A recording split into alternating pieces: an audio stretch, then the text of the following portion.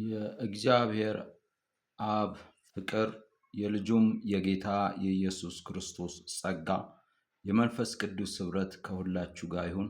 እንደምን ሰነበታችሁ? እንደምን አላችሁ?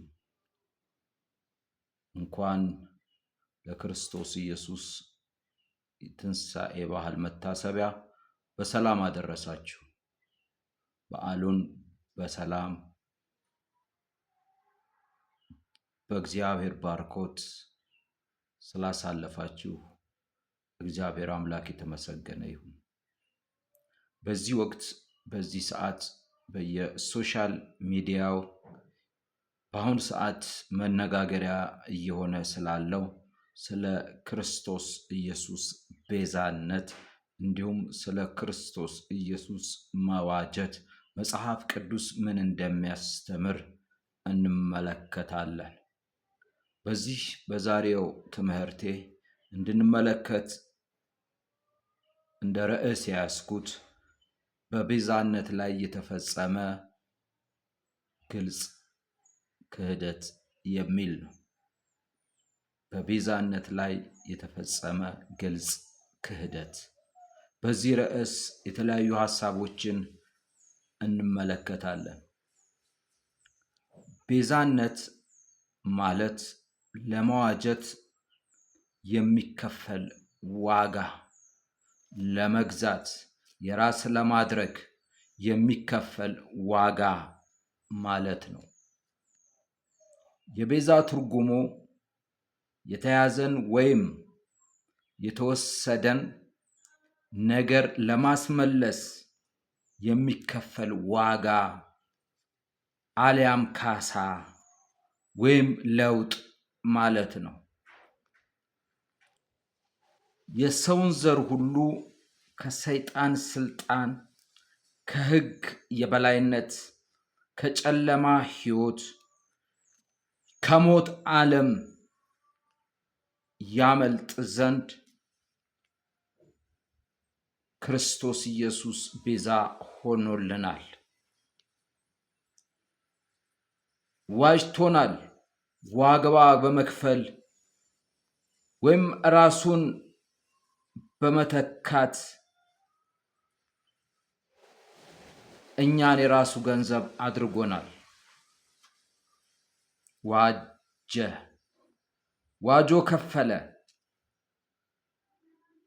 ዋጆ ማለት ዋጋ መክፈል ወይም ራስን በመተካት የተወሰደን ማስመለስ ወይም ገና ሊወሰድ ያለን የተዘጋጀን ማንኛውንም ነገር ማስቀረት ማለት ነው። ዋጆ ማለት የተወሰደን ራስን ምትክ አድርጎ ወይም ዋጋ ከፍሎ የራስ ማድረግ፣ ሊወሰድ ያለንም ደግሞ እንደዛው ሳይወሰድ የራስ ማድረግ። ምን በማድረግ? ዋጋ በመክፈል ማለት ነው። ከዚህ አንጻር ለመሆኑ መጽሐፍ ቅዱስ ስለ መዋጀትና ስለ ቤዛነት ምን ይናገራል? ለምሳሌ መጽሐፍ ቅዱስ እግዚአብሔር ብቻ የሚዋጅ እንደሆነ፣ እግዚአብሔር ብቻ ቤዛ እንደሚሆን፣ እግዚአብሔር ብቻ አዳኝ እንደሚሆን ይናገራል። ስለዚህ ከዚህ አንጻር ነገሮችን መመልከት ይገባናል። በዚህ በመዝሙር 31:5 ላይ የእግዚአብሔር ቃል ሲናገር እንደዚህ ብሎ ይናገራል። ስለዚህ መቤዠት ወይም ደግሞ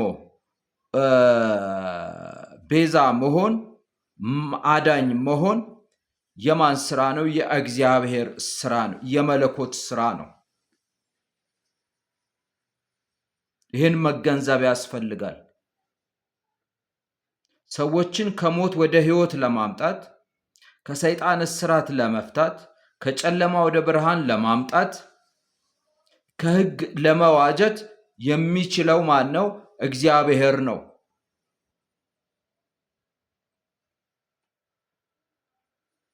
ክርስቶስ ኢየሱስ ፍጹም ሰው ፍጹም አምላክ ነው ስንል የመለኮትነት ባህሪም አለው፣ የሰውነት ባህሪም አለው።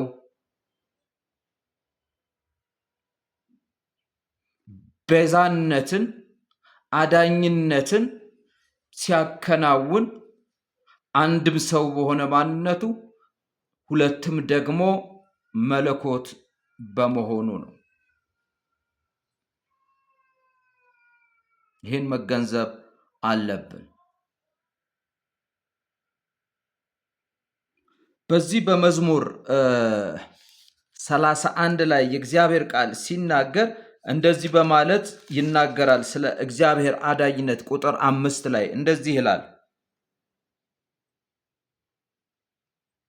መንፈሴ በእጅህ እሰጣለሁ፣ መንፈሴን በእጅህ እሰጣለሁ፣ በአደራ እሰጣለሁ። እግዚአብሔር የእውነት አምላክ ሆይ አንተ ተቤዠኝ ይላል። መዝሙረኛው ዳዊት በዚህ ስፍራ ሲናገር እግዚአብሔር መጠጋ እንዲሆነው፣ እግዚአብሔር ታዳጊ እንዲሆነው፣ አዳኝ እንዲሆነው፣ ምሽግ እንዲሆነው፣ አለት እንዲሆነው ከተናገረ በኋላ እግዚአብሔርን እንደተተገነ ወይም ወደ እግዚአብሔር እንደተጠጋ ከተናገረ በኋላ በዚህ በቁጥር 5 ላይ መንፈሴን በአደራ ለአንተ እሰጣለሁ፣ በእጅህ ላይ አኖራለሁ። እግዚአብሔር የእውነት አምላክ ሆይ አንተ ተቤዠኝ ይላል። የሚቤዥ እግዚአብሔር ነው። የሚታደግ እግዚአብሔር ነው። ቤዛ የሚሆን እግዚአብሔር ነው። የሚያድን እግዚአብሔር ነው።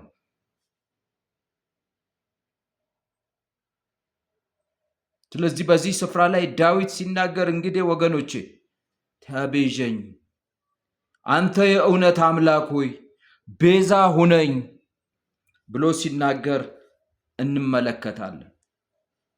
ስለዚህ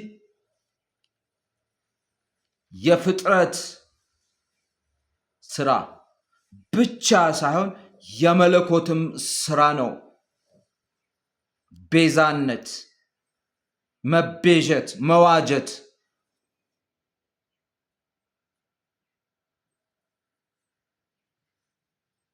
ስለዚህ አንድን ሰው ቤዛ ነው ስንል መለኮታዊ ማንነት አለው ማለታችን ነው። የመለኮትነት ባህሪም አለው ማለታችን ነው። በዚህ በመዝሙር 111 ላይ የእግዚአብሔር ቃል ሲናገር እንደዚህ ይላል። ቁጥር 9 ላይ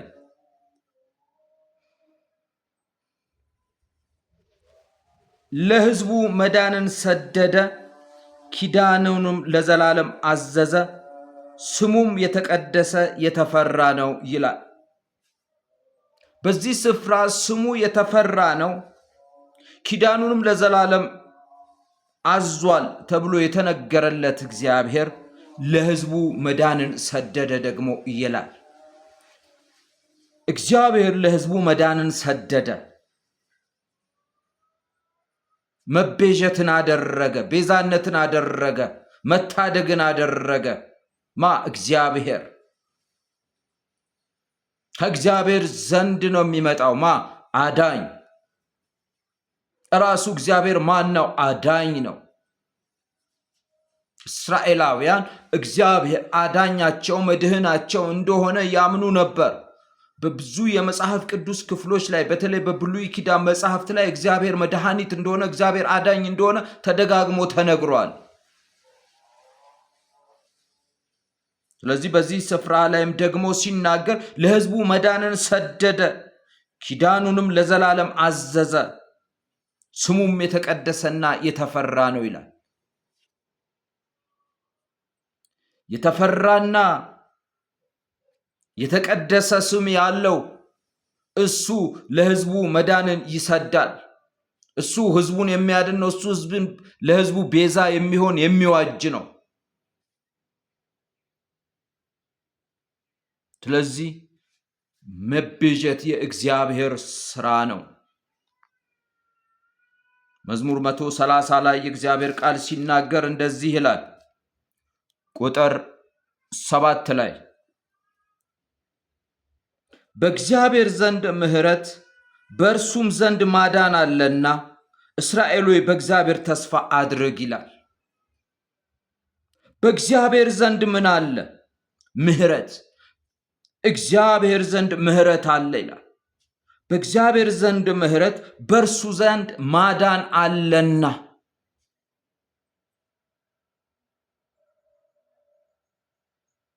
ከሰማይ የሆነ ከመለኮት የሆነ በእግዚአብሔር ዘላለም ዕቅድ ውስጥ ያለ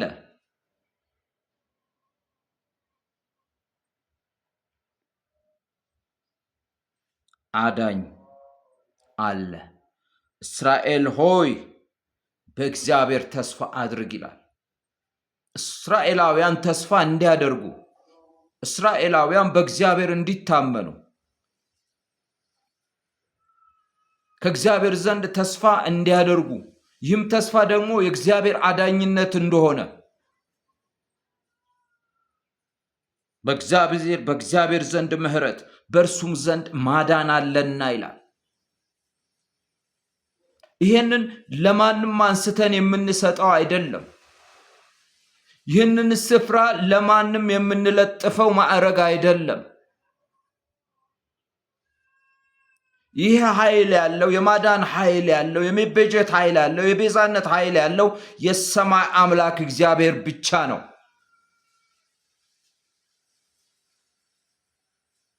ስለዚህ ከዚህ የተነሳ እስራኤላውያን ተስፋ ሲያደርጉት የነበረ ቤዛ፣ እስራኤላውያን ተስፋ ሲያደርጉት የነበረ አዳኝ እርሱ ሰው የሆነው መለኮት ኢየሱስ ክርስቶስ ብቻ ነው።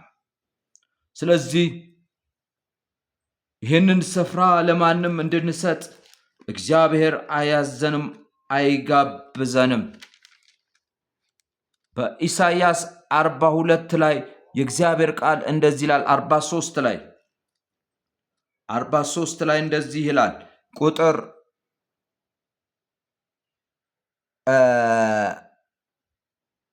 ሙሉን 43ን እንደውም ማየት ይቻላል። እግዚአብሔር የሚቤዥ እንደሆነ የእስራኤል ቅዱስ እግዚአብሔር የሚቤዥ እግዚአብሔር እንዲህ ይላል የሚቤዥህ እግዚአብሔር እንዲህ ይላል፣ የሚቤዣችሁ እግዚአብሔር እንዲህ ይላል እያለ በዚህ ስፍራ ላይ የእግዚአብሔር ቃል ይናገራል። ሄዳችሁ ክፍሉን ማየት ትችላላችሁ። 43ን ሙሉ እግዚአብሔር እንደሚቤዥ፣ እግዚአብሔር አዳኝ እንደሆነ፣ ቅዱስ እንደሆነ፣ መድኃኒት እንደሆነ በተለያየ ስፍራ ላይ በዚህ በ43ኛው ምዕራፍ ላይ የእግዚአብሔር ቃል ይናገራል። አዳኝነት፣ ቤዛነት የእግዚአብሔር ብቻ እንደሆነ ክፍሉ አስረግጦ ይናገራል። ቁጥር 1 ላይ አሁን ግን ያዕቆብ ሆይ የፈጠረ እስራኤል ሆይ የሰራህ እግዚአብሔር እንዲህ ይላል፣ ተቤዥቼሃለሁ፣ አትፍራ። ምን ብያለሁ? ተቤዥቼሃለሁ፣ ቤዛ ሆኜሃለሁ፣ ዋጅቼሃለሁ፣ ገዝቼሃለሁ፣ የኔ አድርጌሃለሁ፣ አትፍራ። በስም ጠርቼሃለሁ፣ አንተ የኔ ነህ። አንተ ማን ነህ? የኔ ነህ እያለ ክፍሉን በአብዛኛው ሄደን ስንመለከት እግዚአብሔር ቤዛ እንደሆነ፣ መድኃኒት እንደሆነ፣ አዳኝ እንደሆነ ይነግረናል። ስለዚህ በእንደዛ አይነት መልኩ መጽሐፍ ቅዱስ እየደጋገመ ክርስቶስ ኢየሱስ መድህን እንደሆነ፣ እግዚአብሔር መድህን እንደሆነ፣ መድኃኒት እንደሆነ፣ ብቸኛ አዳኝ እሱ ብቻ እንደሆነ፣ የሚቤዥ ብቸኛ እሱ እንደሆነ፣ ቤዛ እሱ ብቻ እንደሆነ መጽሐፍ ቅዱስ ደጋግሞ በብዙ ስፍራዎች ላይ ይናገራል። መቤዠት የእግዚአብሔር ነው። አዳኝነት የእግዚአብሔር ነው። ታዳጊነት የእግዚአብሔር ነው። መዋጀት የእግዚአብሔር ነው። ስለዚህ እነዚህን ነገሮች በጣም ልንረዳ ይገባል። በዚህ በሉቃስ 1 68 ላይ ግልጽ በሆነ መልኩ የሚነግረን ነገር አለ።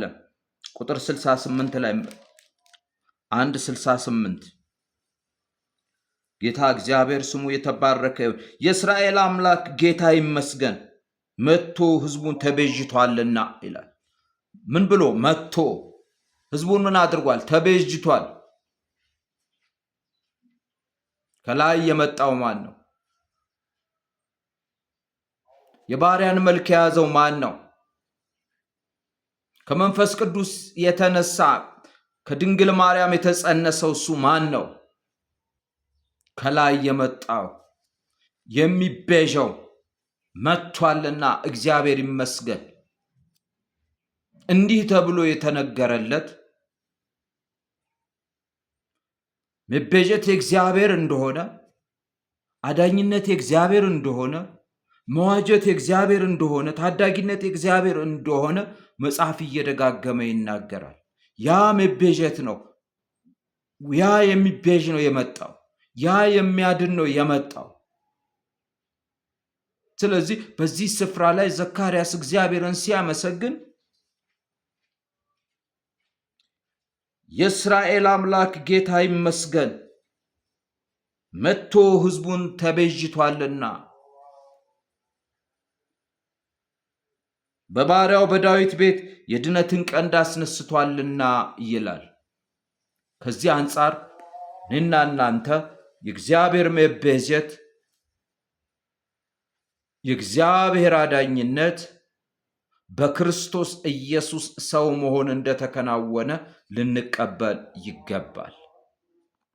ይህንን ለማንም አንስተን ልንሰጥ አንችልም። ማንም ሊያደርገው ያልቻለውን ያደረገ፣ ማንም በሌለ ሰዓት አንድም እንኳን ይህን ሊያደርግ የሚችል ፍጥረት በሌለ ሰዓት ይህንን ያደረገ፣ መቤዠትን ያደረገ፣ ቤዛነትን የከፈለ፣ በሞቱ በትንሣኤው ድል የነሳልንን ጌታ ልናስብ እንጂ እሱ የሰራውን ተግባር ለሌሎች ልንከፋፍል፣ ለሌሎች ልናድል፣ በአንጻራዊነት ለሌሎች ልንሰጥ አይገባም። አንጻራዊ አይደለም። የክርስቶስ ኢየሱስ ቤዛነት በምንም አይነት መልኩ ተወዳዳሪ የለውም። ሞቶ ከሙታን መነሳቱ ስለምን እንደሆነ ልንክድ አይገባም። ስለዚህ ይህንን ልናስተውል የተገባ ነው። ስለዚህ ክርስቶስ ኢየሱስ ለሁላችን ወገኖቼ ቤዛ ነው፣ ዋጅቶናል። የክርስቶስ ኢየሱስን መዋጀትና ቤዛነትን የትውልድ ውርስ ልናደርግ አንችልም። እሱ አዳኝ ስለሆነ እናቱም አባቱም በስጋ ዮሴፍም እንደማለት ነው፣ ወንድሞቹም ተብለው የተጠሩ አያቶቹም ቅድመ አያቶቹም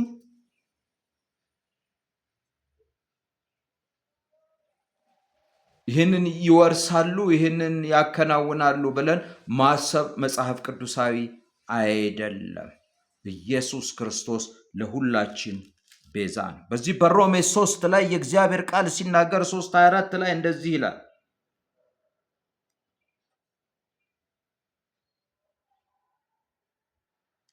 እግዚአብሔር አምላክ ስሙ ከዘላለም እስከ ዘላለም የተባረከ ይሁን። ቁጥር 24 ላይ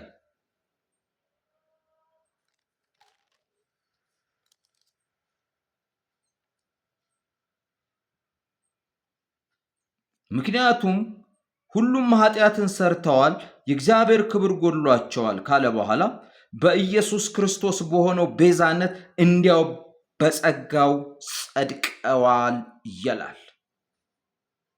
ምክንያቱም ሁሉ ኃጢአትን ሰርተዋል፣ ሁሉም።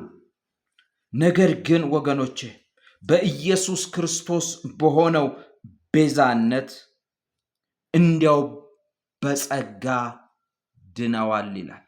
እነዛ ኃጢአተኞች የሆኑ ሁሉም ተብለው የተጠሩ ማን ቤዛ ሆኖላቸዋል? ኢየሱስ ክርስቶስ ቤዛ ሆኖላቸዋል። እርሱ ለሁሉ ቤዛ፣ ለሁል ጊዜ ቤዛ፣ አንድ ጊዜ ለሁል ጊዜ መዋጀትን ስላደረገ፣ አንድ ጊዜ ለሁል ጊዜ ቤዛነትን ስለከፈለ፣ ምትክ ስለሆነ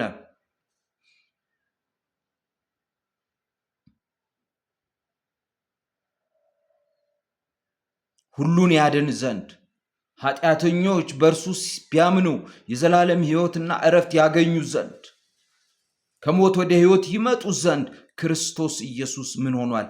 ቤዛ ሆኗል። ይህንን ለማንም ልንሰጥ ድፍረት ልናገኝ አይገባም። እከሌ እከሊት ነችና መጽሐፍ ቅዱስ ወገኖቼ ሲናገር ጌታ ኢየሱስ ክርስቶስ እናቴ ማን ነች? ወንድሞቼስ እነማን ናቸው? ወንድሞቼስ እናቴም እነሆ የእግዚአብሔርን ፈቃድ የሚያደርጉ ናቸው አለማ ጌታ ኢየሱስ ክርስቶስ። የእናትና የአባት ጉዳይ የቤተሰብ ጉዳይ አይደለም። ይሄንን እግዚአብሔር ለክርስቶስ ኢየሱስ የሰጠው ክርስቶስ ኢየሱስ መለኮት ከመሆኑ የተነሳ የያዘው ስልጣን ነው። አምላክ ከመሆኑ የተነሳ የተላበሰው ነው። ስለዚህ ራሱን ደግሞ ምን አደረገ? ቤዛ አደረገ። ቤዛ አደረገ። ቤዛ አደረገ። በሱ ቤዛነት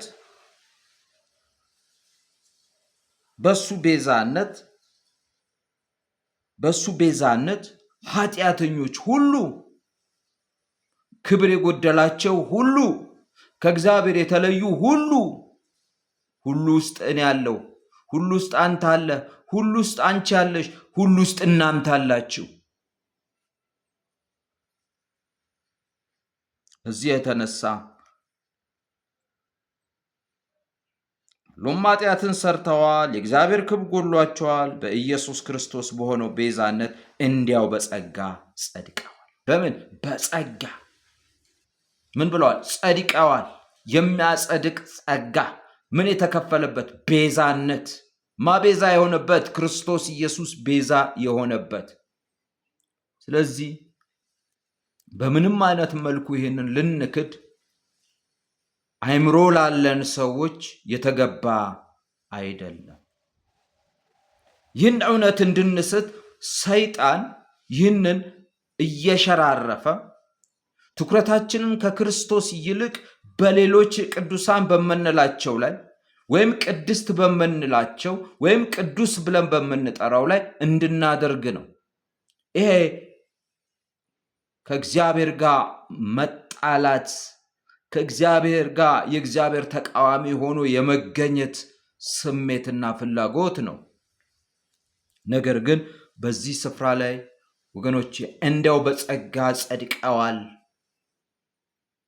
ከክርስቶስ ኢየሱስ ቤዛነት የተነሳ፣ መዋጀት የተነሳ፣ ምትክ ከመሆን የተነሳ እያለ የእግዚአብሔር ቃል በዚህ በሮሜ 3:24 ላይ ይናገራል። በአንደኛ ቆሮንቶስ 1:30 ላይ የእግዚአብሔር ቃል ሲናገር እንደዚህ ይላል። ስለዚህ በጣም ልናስተውል የተገባ ነው። በጣም ልናስተውል የተገባ ነው። በክርስቶስ ኢየሱስ ለመሆን የበቃችሁት ከእርሱ የተነሳ ነው። እርሱ ከእግዚአብሔር ዘንድ ጥበባችን፣ ጽድቃችን፣ ቅድስናችን፣ ቤዛችን ሆኗል።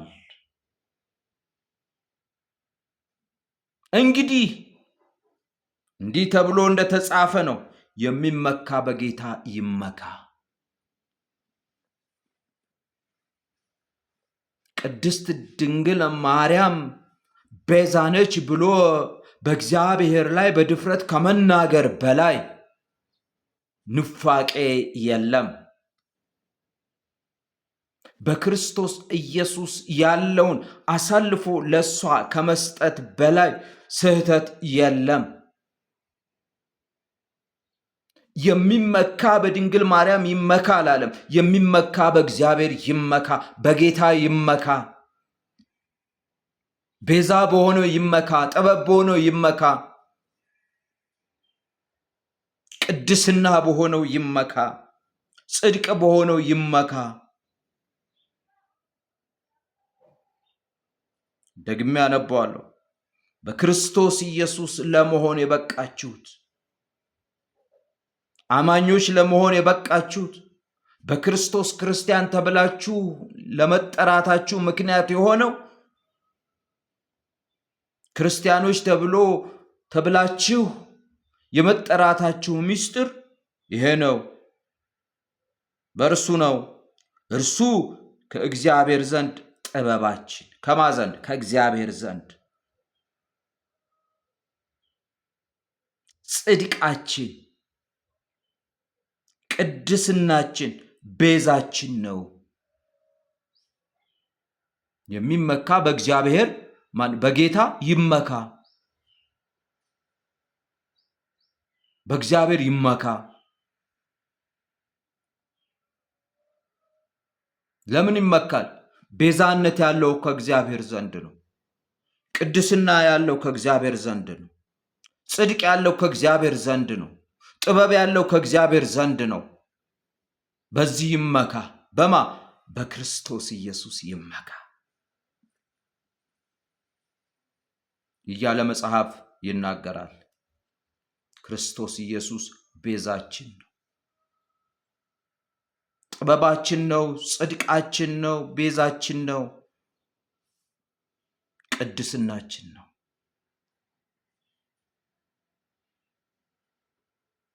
ስለዚህ ይህንን አንስተን ለሌሎች አካሎች መስጠት ክህደት ነው።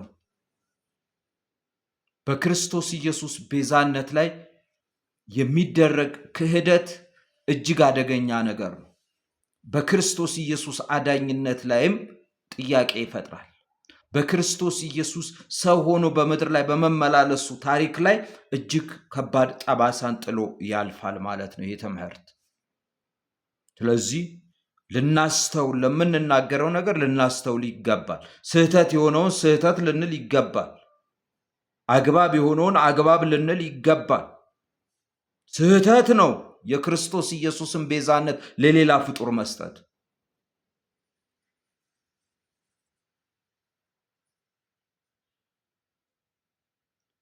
እግዚአብሔር እኮ ለአብርሃም ኪዳን ሲገባ በዘር አሕዛብ ይባረካሉ እንጂ በዘሮችህ እኮ አላለውም። የአብርሃም ዘር አንድ ነው። ዘሮች አይልም ክፍሉ። በዛ ዘር አማካኝነት አሕዛብ ከጨለማ ወደ ብርሃን ይመጣሉ፣ ከሰይጣን ወደ ልጁ መንግስት ይመጣሉ።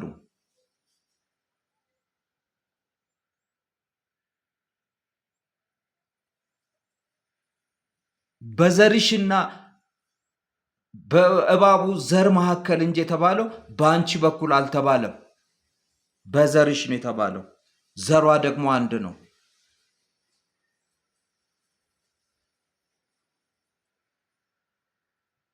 ትውልድ ቆጥሮ ከድንግል ማርያም የተወለደው ክርስቶስ ኢየሱስ ነው ዘር።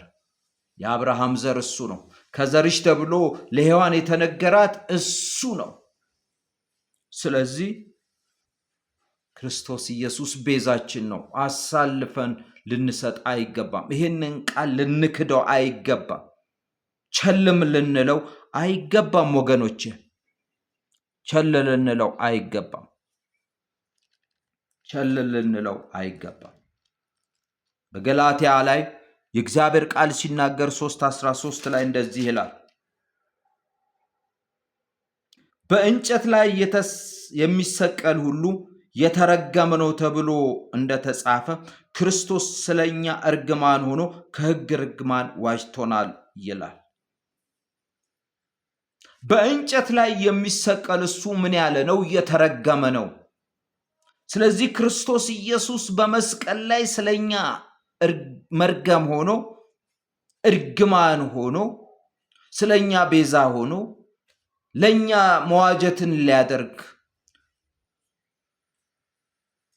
ከሕግ እርግማን ዋጀን ይላል።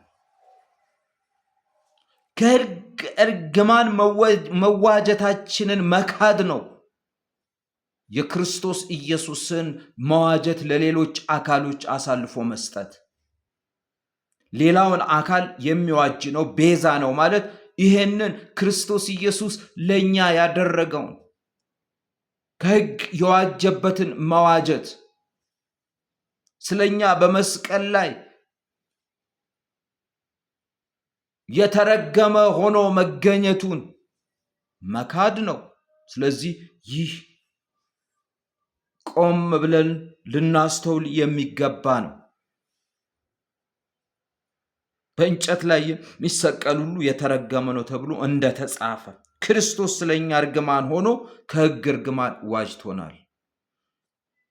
ከየት ገዝቶናል? ከሕግ የበላይነት ከጸጋ በታች እንጂ አሁን ከሕግ በታች አይደለንም። ከሕግ በታች አይደለንም። አሁን የሕግ የበላይነት በክርስቲያኖች ሕይወት ውስጥ የለም። ያለው ከጸጋ በታች መሆን ነው። ጸጋው በእምነት አድኗችኋል ብሎ ይናገራል። ስለዚህ ወገኖቼ በጣም እያስተዋል ልንሄድ ይገባል። ቤዛነትን አንስተን ለሌላው አካል ስንሰጥ በእንጨት ላይ የተሰቀለውን ክርስቶስ ኢየሱስን እየካድነው ነው። ውሎ ሳያድር ትላንት ወዲያ ያከበርነውን የመታሰቢያ በዓል እንኳን መልሶ ጥያቄ ውስጥ መክተት ነው የሚሆነው። በዚህ በቆላሲስ 1:14 ላይ እንደዚህ ይላል። ስለዚህ እያስተዋል ነገሮችን ማስኬድ ለኛ ይጠቅማል እንጂ ተጎጆች አንሆንም።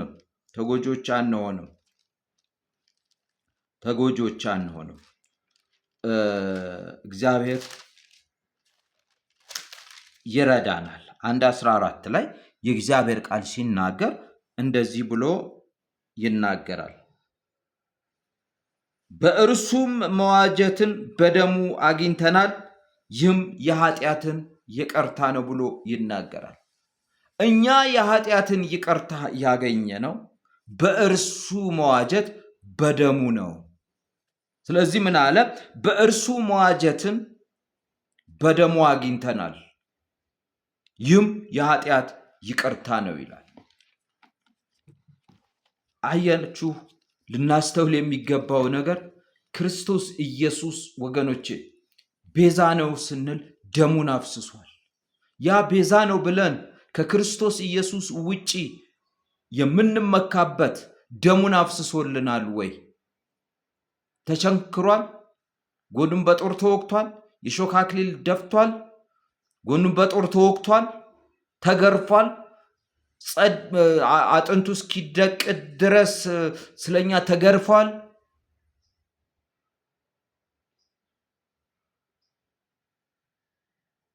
ስለዚህ እግዚአብሔር ቃል ሲናገር በእርሱ ነው የሚለው፣ በእነርሱ አይልም። ከሁለት በላይ የሚዋጅ የሚቤዥ ቤዛ የሚሆን አዳኝ የሚሆን ቢኖር ኖሮ በእነርሱ ብሎ ክፍሉ ይናገራል። በክርስቶስና በእናቱ፣ በክርስቶስና በጻድቅ ከሌ፣ በክርስቶስና በሐዋርያው ከሌ፣ በእርሱና በነብይ ከሌ ብሎ ይናገር ነበር መጽሐፍ። ነገር ግን የእግዚአብሔር ቃል በዚህ ስፍራ ሲናገር በእርሱም መዋጀትን በደሙ አግኝተናል፣ ይህም የኃጢአት ይቅርታ ነው ይላል። የኃጢአት ይቅርታ ነው። ስለዚህ በእንደዚህ አይነት መልኩ የተጻፈውን የእግዚአብሔርን ቃል ልንክደው ፈጽሞ የተገባ አይደለም። ልንክድ አይገባም። ይሄን እውነት ክደን ወዴት ልንሄድ ነው ወገኖች? ይህንን እውነታ ከክርስቶስ አንስተን ለሌሎች አካሎች ስንሰጥ እኛ ማነን? ድፍረቱን እስከ የት አገኘ ነው? ከእግዚአብሔር እስከ መቼ ነው የምንጣላው? ለራሳችን፣ ለቤተሰባችን፣ ለምድሪቱስ መርገም ምክንያት የምንሆነው እስከ መቼ ነው? የሚቤዥ አንድ ነው። የሚያድን አንድ ነው። የዋጀን አንድ ነው። ደም ያፈሰሰልን አንድ ነው። በእንጨት ላይ የተሰቀለልን አንድ ነው። እርጉም ተብሎ የተጠራልን አንድ ነው። የተረገመ የተባለ።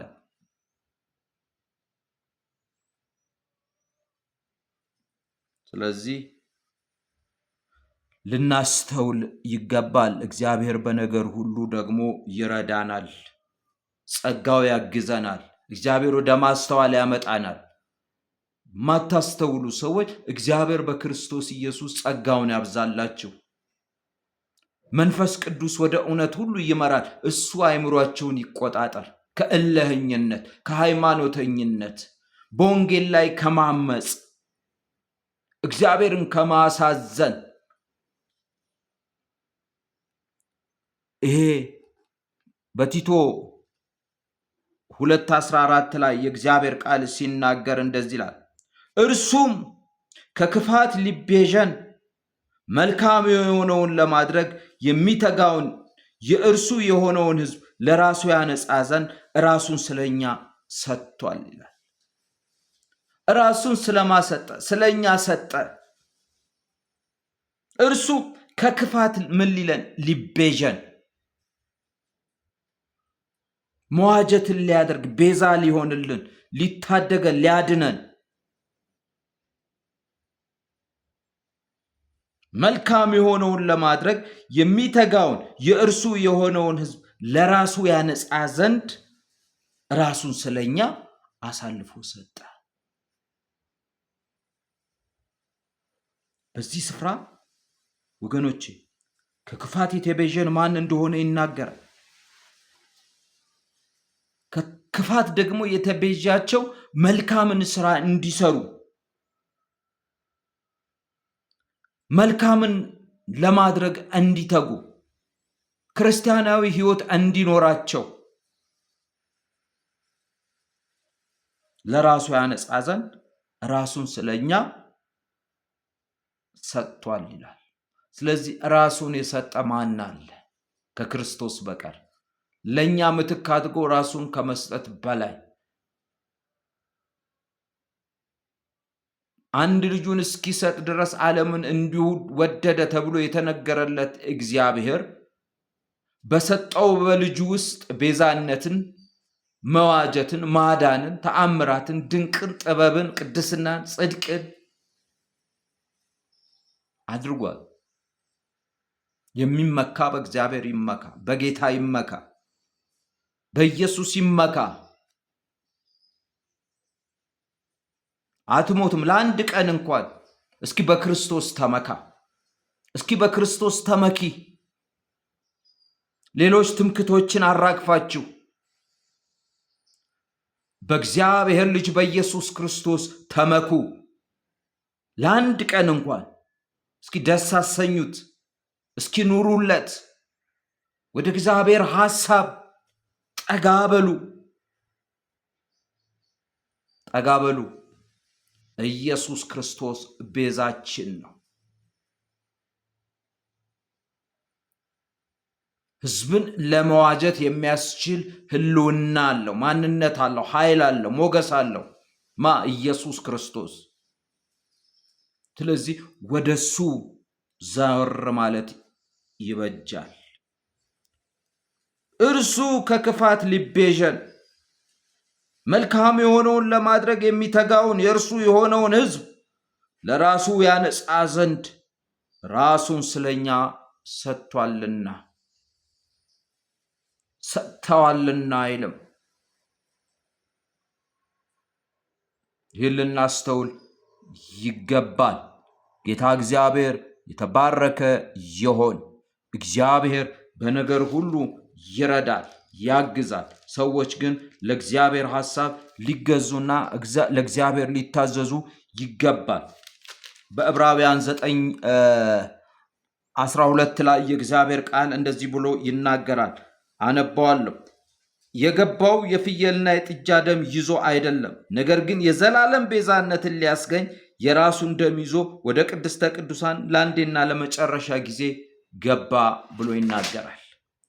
የእግዚአብሔር ቃል በዚህ ስፍራ ላይ እንግዲህ ለአንዴና ለመጨረሻ ጊዜ ወደ ቅድስተ ቅዱሳን ኢየሱስ ክርስቶስ እንደገባ ይናገራል። ኢየሱስ ክርስቶስ ወደ ቅድስተ ቅዱሳን ሲገባ ደግሞ ምንን ይዟል አለ? ደምን። የማንን ደም? የራሱን ደም። ቤዛ ለመሆን ደም። የሁለት አካላት ደም አልገባም ቅድስተ ቅዱሳን ውስጥ፣ ያንዱ የክርስቶስ ደም ነው የገባው። ስለዚህ የገባው የፍየልና የጥጃ ደም ይዞ አይደለም፣ የእናቱንም ደም ይዞ አይደለም፣ የአባቱንም የዮሴፍንም ደም ይዞ አይደለም፣ የዳዊትን ይዞ አይደለም። የገባው የራሱን ደም ይዞ ነው። የራሱን ደም ይዞ ነው። ይሄ ከተጻፈው እንደፈለጉ አልፎ እየጠቀሱ ህዝብን ማደናገር እጅግ ተገቢ አይደለም። ደሙ የእናቱ ደም ስለሆነ፣ ደሙ የከሌ ደም ስለሆነ አይደለም። ደሙ የማን ነው? የራሱ ነው። ሙሉ ፍጹም ሰው ነው። ፍጹም ሰው በሆነ ማንነቱ ደም ነበረው። ያንን ደም ይዞ ነው። ስለዚህ የፍየልና የጥጆች ደም ይዞ አይደለም፣ ነገር ግን የዘላለም ቤዛነትን ለማስገኘት የክርስቶስ ኢየሱስ ቤዛነት ለዘላለም ነው። ስለዚህ የዘላለም ቤዛነትን ለማስገኘት የራሱን ደም ይዞ ወደ ቅድስተ ቅዱሳን ገባ። ወደ ቅድስተ ቅዱሳን እግዚአብሔር ወደ ተሰየመበት ወደዛ እግዚአብሔር አብ ወዳለበት ክርስቶስ ኢየሱስ ደሙን ይዞ ገባ። ይህንን ሂደት ከክርስቶስ ኢየሱስ ውጪ የሄደ ሌላ አካል አለ ብሎ ማስተማር ንፋቄ ነው፣ ክህደት ነው። ግልጽ የአደባባይ ክህደት። የክርስቶስ ኢየሱስን ቤዛነት ሰርቆ ለሌላ መስጠት የሰይጣን እቅድና ዓላማ ነው። እውነተኛውን ቤዛ፣ እውነተኛውን አዳኝ እንዳናስተውል በዘላለም ቤዛነት ራሱን አሳልፎ ከክፉ ሁሉ ሊዋጀን፣ ከኃጢአት ሁሉ ሊዋጀን የሞተልንን ጌታ ኢየሱስ ክርስቶስን ከመካድ በላይ ክህደት የለም። ስለዚህ በዚህ ስፍራ የእግዚአብሔር ቃል ሲናገር ለአንዴና ለመጨረሻ ጊዜ ገባ ይላል። ለአንዴና ለመጨረሻ ጊዜ ላይደገም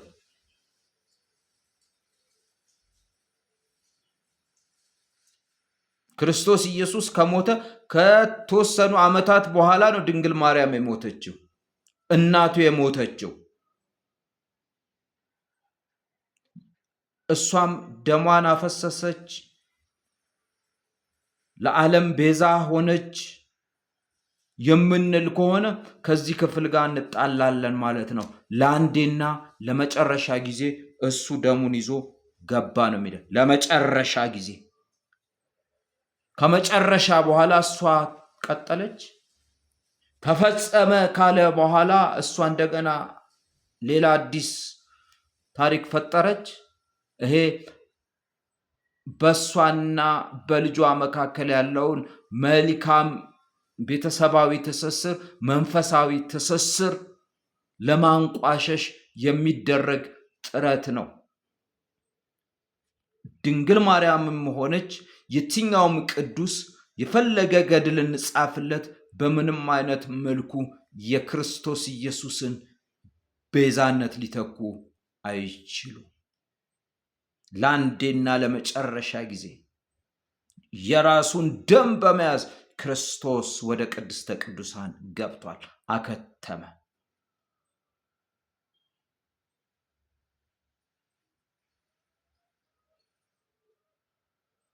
ቤዛ ለመሆን የራስን ደም አብ ጋ ማቅረብ ይጠበቃል። ቤዛ ለመሆን እግዚአብሔር የሚያሸተው የኃጢአት መስዋዕት መዓዛ ያለው መሆንን ይጠይቃል። በዘላለም መንፈስ ለእግዚአብሔር አብ የቀረበው ደም የድንግል ማርያም ሳይሆን የታረደው በግ የክርስቶስ ኢየሱስ ነው። ቤዛ ለመሆን በግ ሆነ። ለመሆኑ ድንግል ማርያም በግ ነች? የእግዚአብሔር በግ ተብላ ተጠርታለች? ነገር ግን የእግዚአብሔር በግ ተብሎ የተጠራው አንድ ነው፣ እርሱም ክርስቶስ ኢየሱስ ነው። አብርሃም ልጁን ይስሐቅን ሊሰዋ ባለ ሰዓት ከእግዚአብሔር በይስሐቅ ቦታ ምትክ ሆኖ ከሰማይ እንደወረደ በግ ለእግዚአብሔር የተላከ አንድ በግ አለ። እሱም ክርስቶስ ኢየሱስ ነው። እሱ ንጹሕ ደሙን አፍስሶ ለሁላችን ለአንዴና ለመጨረሻ ጊዜ ቤዛ ሆኖልናል። በመጨረሻው ላይ ሌላ ጅማሬ የለም። ተፈጸመ ካለ በኋላ ሌላ ታሪክ የለም። መጽሐፍ እንደዛ አያስተምርም። መጽሐፍ እንደዛ አይነግረንም። ስለዚህ ከእግዚአብሔር ቃል ጋር የተስማማ ሕይወት ሊኖረን ይገባል። በዚህ በአንደኛ ጴጥሮስ ላይ የእግዚአብሔር ቃል ሲናገር እንደዚህ ይላል። 1:18 ላይ እንደዚህ በማለት ይናገራል። ከቀድሞ አባቶቻችሁ ከወረሳችሁት ከንቱ ከሆነ ሕይወት የተዋጃችሁት በሚጠፋ ነገር በብር ወይም በወርቅ እንዳልሆነ ታውቃላችሁ ይላል። ከቀድሞ አባቶቻችሁ ከወረሳችሁት ከንቱ ከሆነ ሕይወት የተዋጃችሁት በብር ወይም በወርቅ እንዳልሆነ ታውቃላችሁ። ይህንን አለማወቅ ነው ዛሬ ቤዛነቱን አንስተን ለሌላ እንድንሰጥ እያደረገን ያደርጋል። ቤዛነቱን ስለማናቅ ነው ዛሬ ተነስተን አዳኝነቱን ለሌላ አሳልፈን የምንሰጠው፣ ሌሎችን አዳኝ የምንለው። ግልጽ የሆነ ስህተት፣ ግልጽ የሆነ ኑፋቄ፣ ግልጽ የሆነ አመፅ ነው ይህ እየሆነ ያለው። ጌታ እግዚአብሔር ሊረዳን ይገባል። እግዚአብሔር እንዲረዳን ወገኖቼ ያስፈልጋል። በሚጠፋ ነገር አልተገዛንም። የክርስቶስ ደም የሚጠፋ አይደለም። በዘላለም መንፈስ ለአብ የቀረበ ነው። በቃ በዘላለም መንፈስ የቀረበ ነው። ስለዚህ የእግዚአብሔር ቃል መቤዠትን የሚቤዥ ጌታ ኢየሱስ ክርስቶስ እንደሆነ እየደጋገመ በመጽሐፍ ቅዱስ ላይ ስለሚናገር አስተውለን ከእግዚአብሔር ጋር ተስማምተን በወንጌል ሐሳብ ላይ ታምነን ልንኖር ይገባል። ለመጨረሻ በዚህ በራእይ 5 ላይ የእግዚአብሔር ቃል ሲናገር ራእይ 5:9 ላይ እንደዚህ ብሎ ይናገራል። እንዲህም እያሉ አዲስ መዝሙር ዘመሩ። መጽሐፉን ልትወስድ ማኅተሞቹን ልትፈታ ይገባሃል፣ ምክንያቱም ታርደሃል፣ በደምህ ከነገድ ከቋንቋ ሁሉ ከወገን ሁሉ ከሕዝብ ሁሉ ሰዎችን ለእግዚአብሔር ዋጅተሃል ይላል። ስለዚህ በዚህ ስፍራ ላይ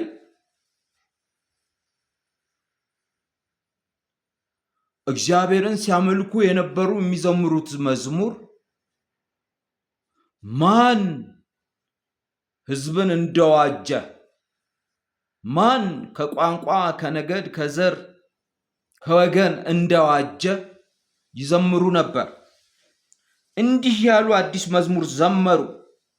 አዲስ መዝሙር የተዘመረለት አንድ ያዋጅ አለ። አዲስ መዝሙር የተዘመረለት አንድ አዳኝ አለ። አዲስ መዝሙር የተዘመረለት የሚዋጅ አለ፣ የሚገዛ አለ። መጽሐፉን ልትወስድ ማኅተሞቹን ልትፈታ ይገባሃል፣ ምክንያቱም ታርደሃል። ምክንያቱም ታርደሃል። የታረደ በግልጽ በአደባባይ በቀራንዮ በመስቀል ላይ የታረደልን፣ በድብቅ ያልሆነ ብዙዎች እያዩት የሚክደው ክዶ ጥሎት የሸሸ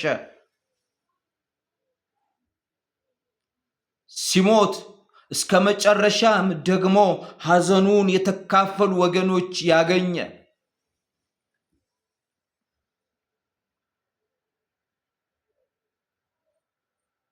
ነገር ግን እሱ በግልጽ